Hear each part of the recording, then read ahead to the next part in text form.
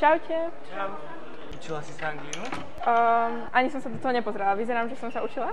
No istú zase budeš mať jednotku. No určite to bude taká trojka, si myslím. Ďakujem. 5. Za 3. Ja mám jednotku. Hlavne, že si nič nevedela. No, nevedela.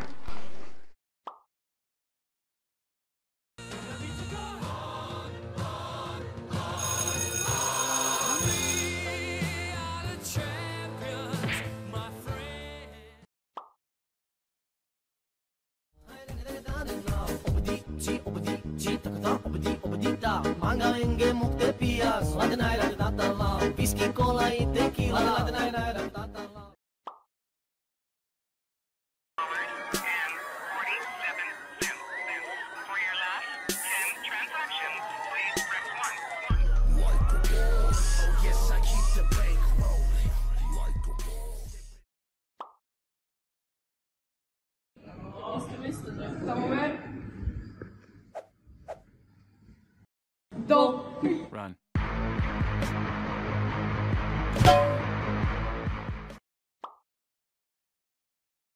Pánčelka, dneska vám to ale strašne pristane. Pozrite sa, perničky presne pre vás čokoládové upiekla. Budú vám veľmi chutiť.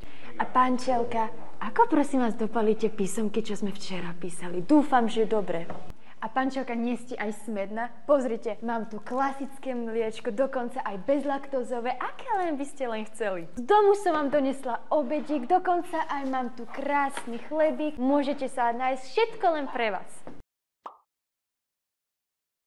Z tohto celého delenia a odmocniny ti vie 17,37 lomeno 34,64, čo je vlastne jedna polovica a z toho vypočítaš objem ľudského tela.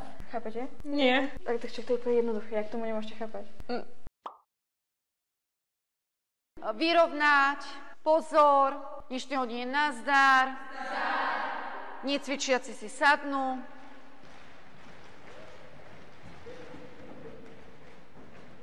Je to normálne? Tak dnes celkom voľný deň, nie? Myslíš to 2 projekty a jedno skúšanie? Čo? No a tá úloha zo sloviny. Úloha zo sloviny? Napísať esej. Jaj, tak to asi nič. Tak čau. Čau. Od okna skupina A, od dverí skupina B. Skupina A si píše Ľudovič Štúr, uzákonenie spisovnej slovenčiny. Skupina B, romantizmus a klasicizmus.